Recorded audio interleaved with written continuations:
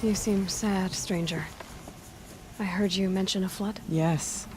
A sudden deluge, without rain or melt to explain it. I'm Lalai, the drummer of Deep Din. Or at least I was, until it disappeared under the waters. Deep Din.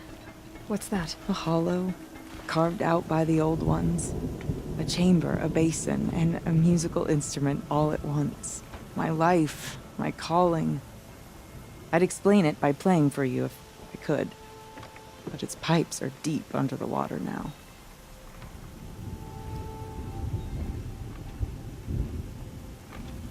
So Deep Din is a place, and a musical instrument? Yes.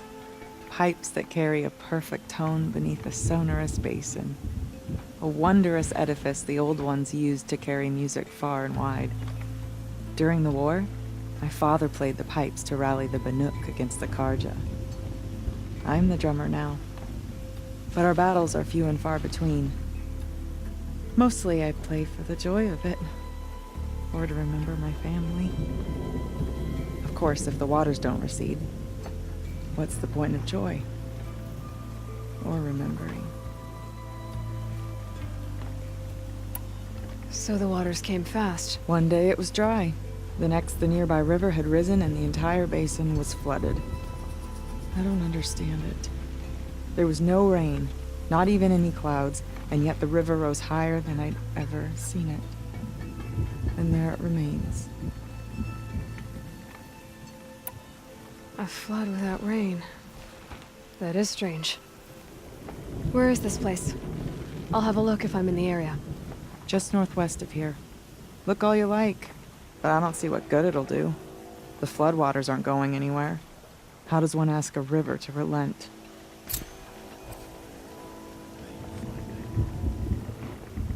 Water lapping on old stone. That's a sound to sleep to, not live to.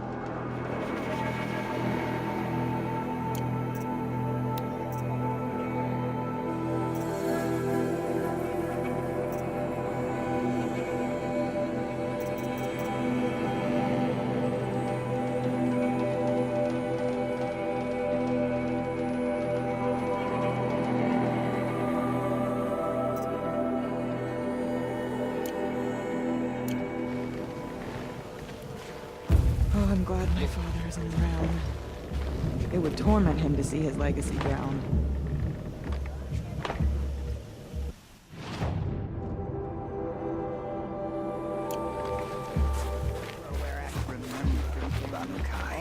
When the old ones were fresh in their graves and our numbers were still small, it was she who led us through the frozen wastes.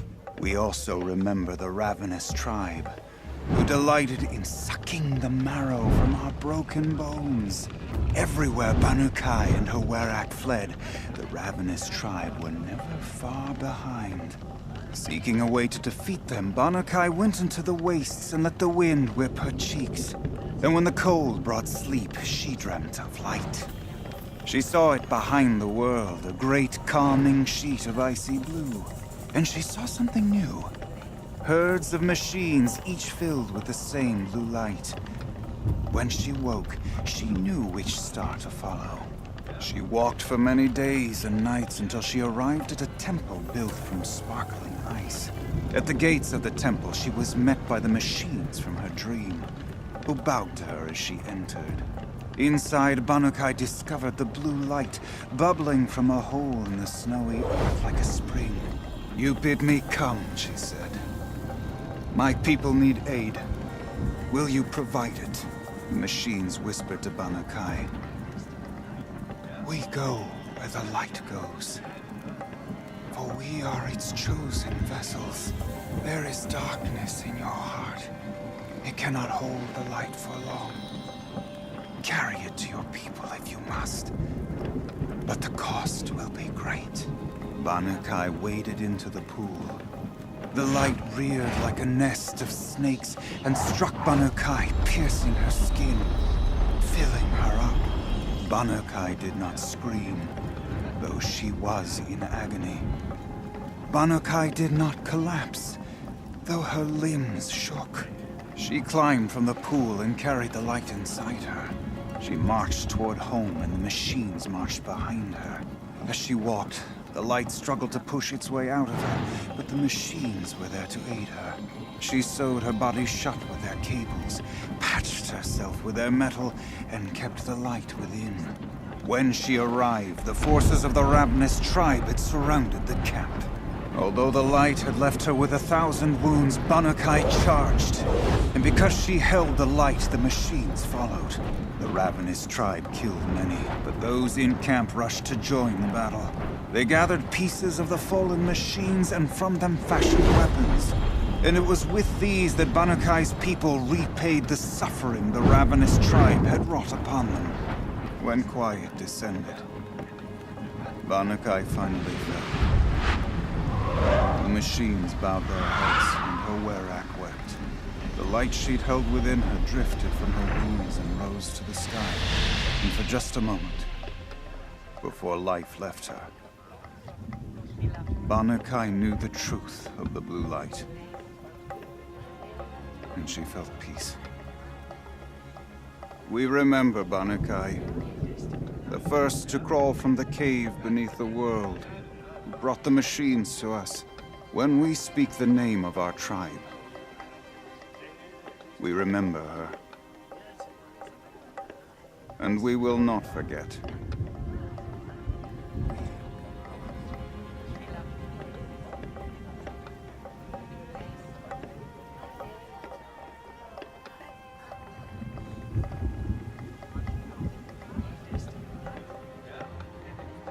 We remember Banukai. The daemons when the markings are old obvious. ones were fresh in their But his graves, skill and our numbers doesn't let were fear. still small. It was she who led us through the frozen wastes. We also remember the ravenous tribe, who delighted in sucking the marrow from our broken bones. Everywhere Banukai.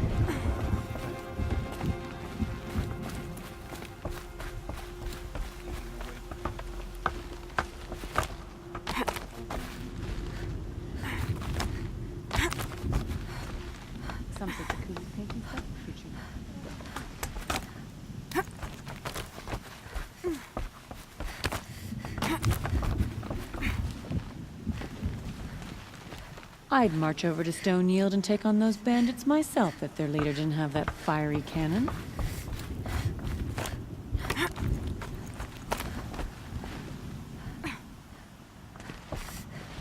I heard of a shaman once who drank machine oil. I think the conclave banished him.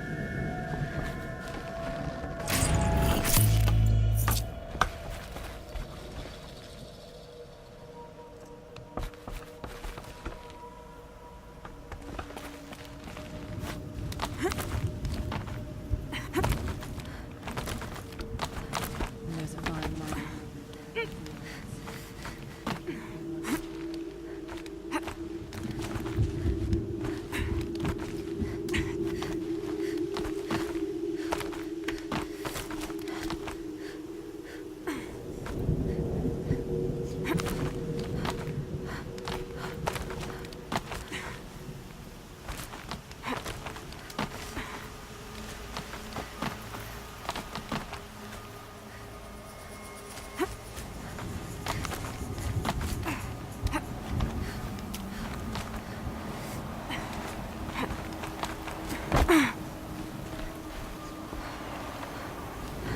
Quite a view you've got up here. It's a useful perspective.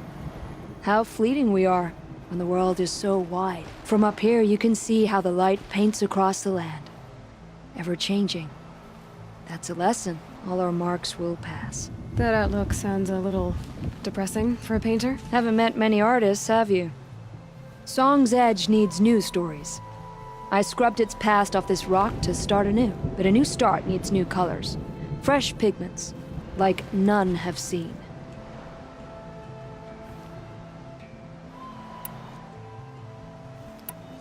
The Banuk rock paintings are impressive, but, You want to know what they mean?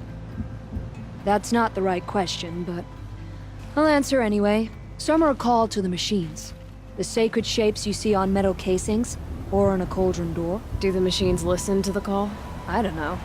Others, like mine, are called to the tribe. You could say inspiration or prophecy. And sometimes even men listen, if the painting is loud enough.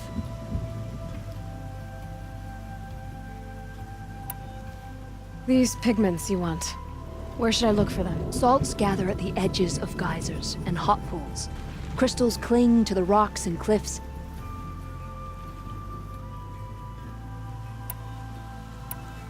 Have you always been a painter? I've always painted. But I wasn't a painter until I was driven out of Banuk. Up there, the markings are eternal. They paint over the same lines, the same colors, over and over. As a child, I learned from copying them. As I grew, my heart sank at the familiarity. All of us Banuk might as well be trapped in glacier ice. We have the look of life, but never really moving.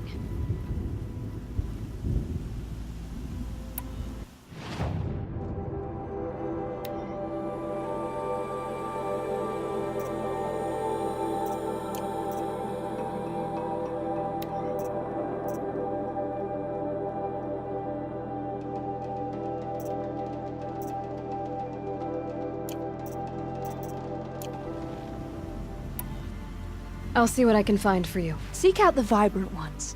A spring of sudden color among snow or rock or metal. That's its own reward. But I'd reward you as well.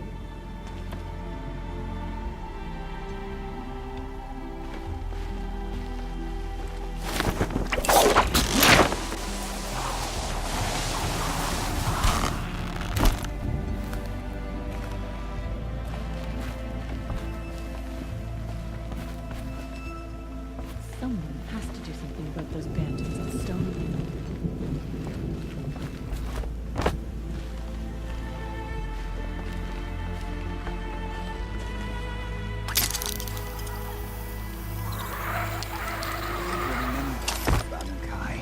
When the old ones were fresh in their graves and our numbers were still small, it was she who led us through the frozen wastes.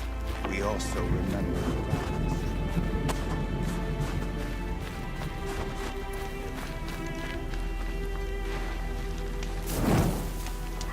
Good hunting to go. One day, Reunited Stone many will be in machine the spirits with the blue light. next, the flood. But the older hunters speak of a time before the machines grew so aggressive. How did they challenge themselves then?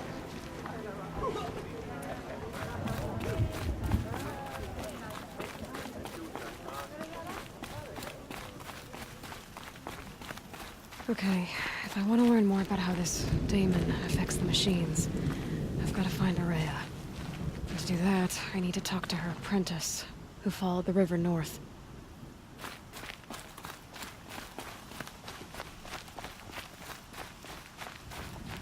I think of the Tallneck as a reminder. There is nothing the winters of the cut cannot freeze. I saw the frozen Tallneck many years before I ever saw it.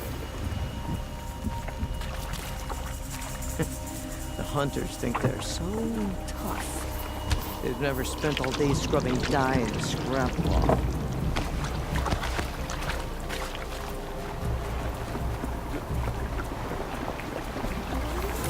We work our fingers raw at the dye cans, but still, the hunters complain about the colors of their garments. These youngsters, so careless. The cloth always comes out splotchy and uneven. Of course, they all want blue cloth. My hands will be stained for weeks.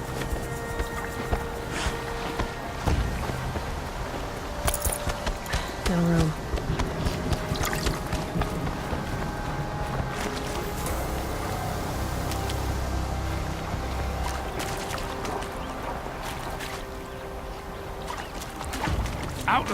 Wait a moment.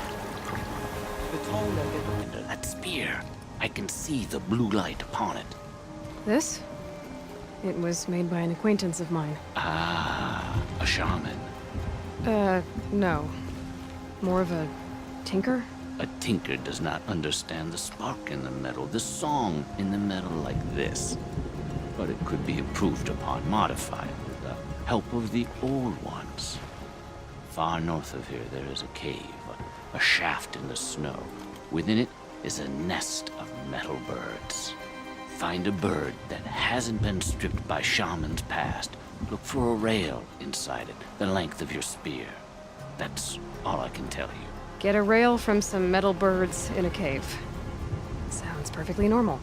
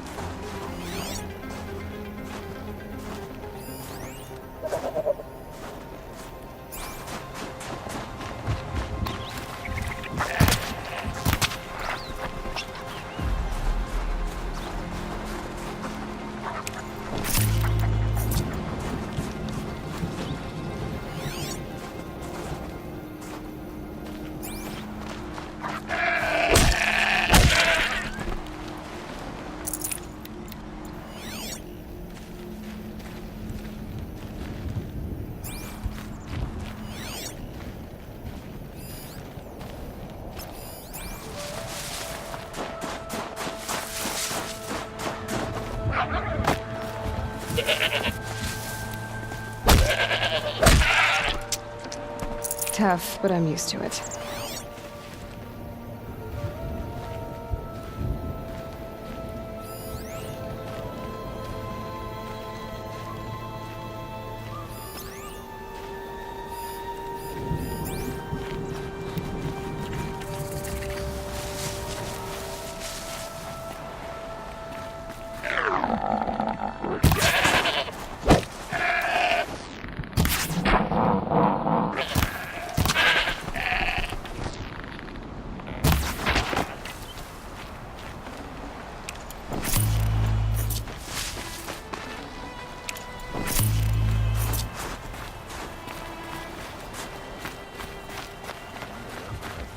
Outlanders.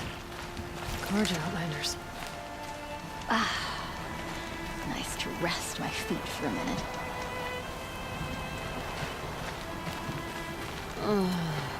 Bones are tired. I've been working too damn hard.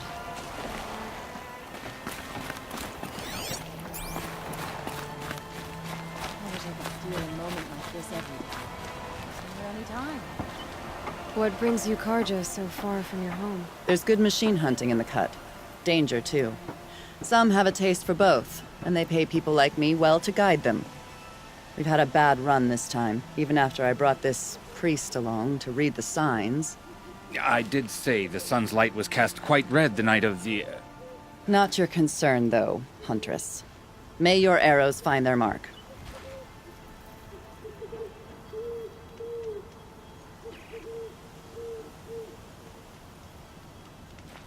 Been doing this since I was small. May the sun grant you a portion of its wisdom, young huntress. So there are Oseram and a Sundom now. I get up. You're a long way from home, too.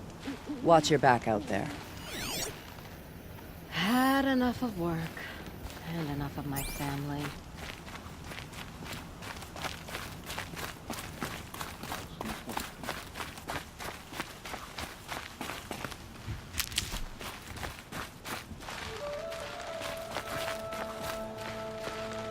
Bergren said Araya's apprentice went north of the river. Hopefully not too far.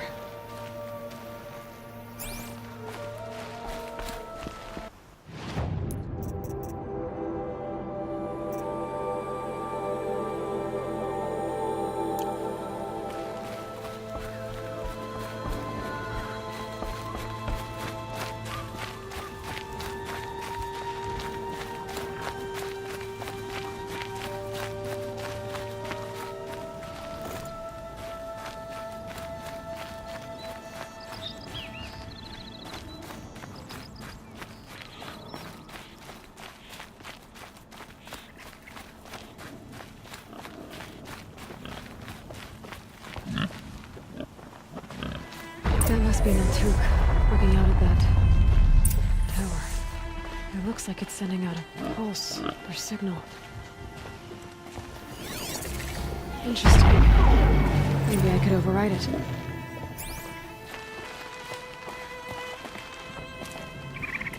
Naltuk? Who are you? How did you find me? Bergrand told me you'd be out here. He's persistent. I've told that Oseram 1,000 times. I don't need to buy anything. And I'm not selling. I just need to find Rhea. Well, you won't. She's gone where only shamans can tread. She seeks guidance from the voice in the blue light. That is her task. And the task she gave me is to observe the daemon's work. To stop it spreading, if I can. But what can I do about these towers? In only a few weeks, they've sprouted throughout the cut. The daemon's energy pulses from them. Rallies the machines, even repairs them. Aratak said this daemon was frenzying machines. Look there. Those with the purple markings. They belong to the daemon. They're stronger, more dangerous. I've seen something like this before. A corruption. But it wasn't from your daemon. You have? Well, then you know more than I do. These towers, are they part of your corruption? Those are new to me too. Like I said, they empower the daemon's machines. They must be stopped. Will you tell me where Araya went? You ask a lot of questions.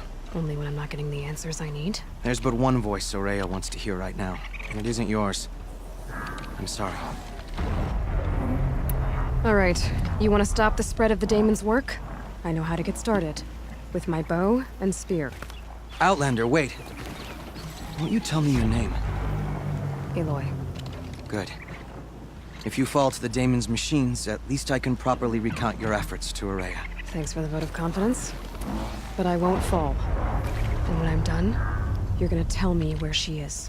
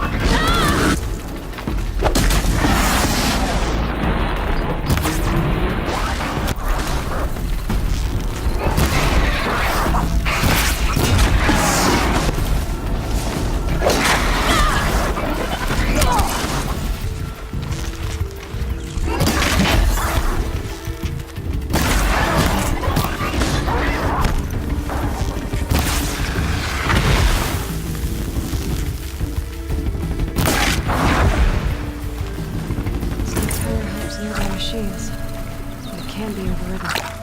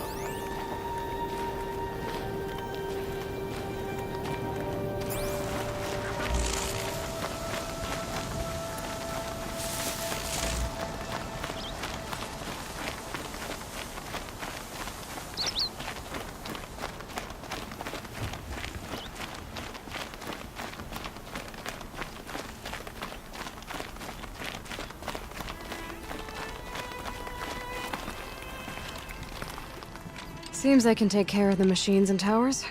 The daemon's next. You claimed its power for yourself somehow. Perhaps Aurea should meet you after all. What she truly seeks is hope.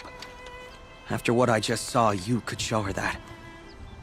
She's in retreat beyond those mountains, the ice rasps. You'll have to walk the shaman's path to get there. You'll know you've reached the end when you come to a shrine, a great machine covered in blue gleam. Shamans who complete the path take a piece of it as reward. If you make it that far, you should too. You'll have earned it. You said something about blue gleam at the end of the shaman's path? A crystal that builds on the bodies of machines in the oldest ice. We Banuk believe it's the stuff of the blue light, frozen as it escapes their shells. You might be more interested that merchants will trade well for it. Were you with Aurea when they attacked the mountain? I wish I had been, even with all that happened. I'm no warrior, though, so she bid me wait. When Aurea and the chieftain returned, I saw them argue bitterly. I don't know what about exactly. Then she came to me, gave me my task, and left us.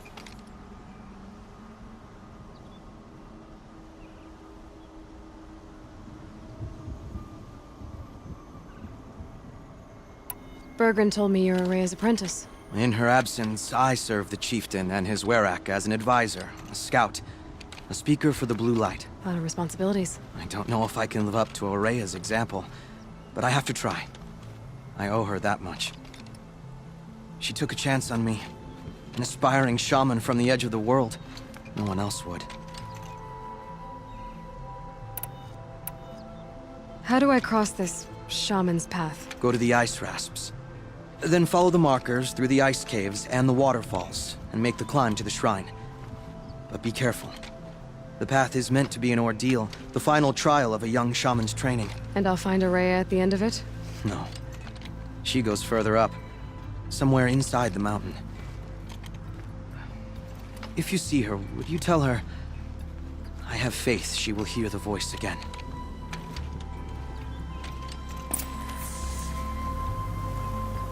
All right, I guess I'm off to the ice rasps to find this shaman's path.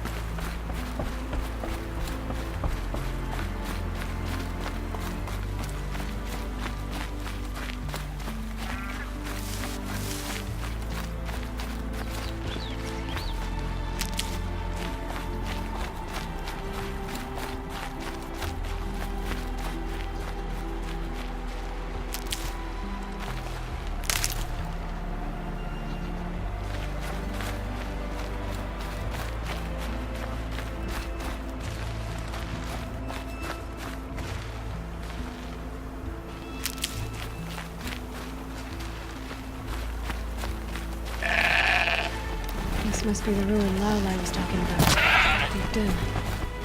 Flooded too, like she said. Snapmaws. Probably came from somewhere upriver. Follow the river, find its source. Simple enough.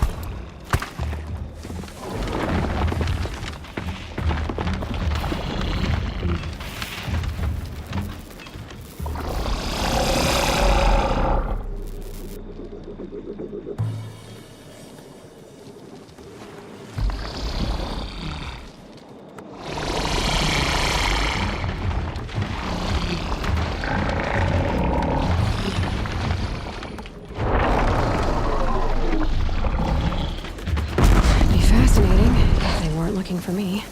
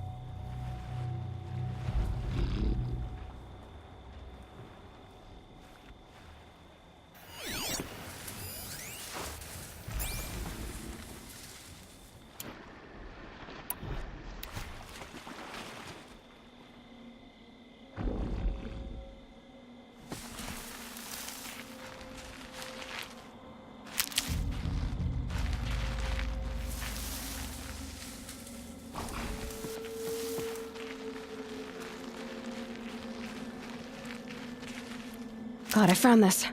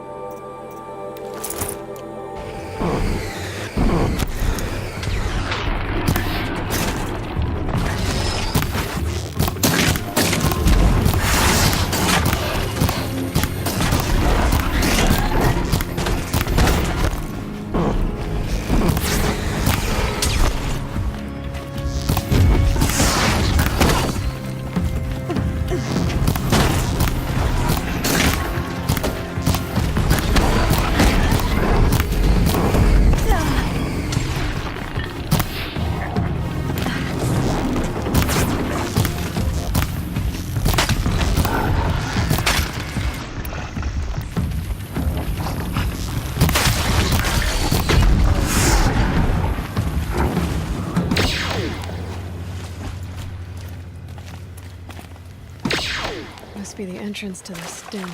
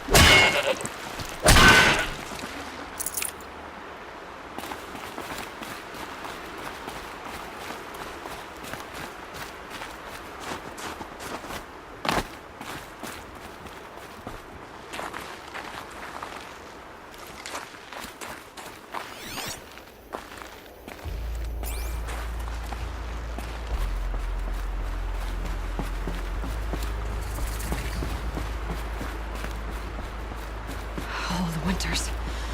Coming at once. These mountains must be the ice rasps. The shaman's path begins somewhere up above.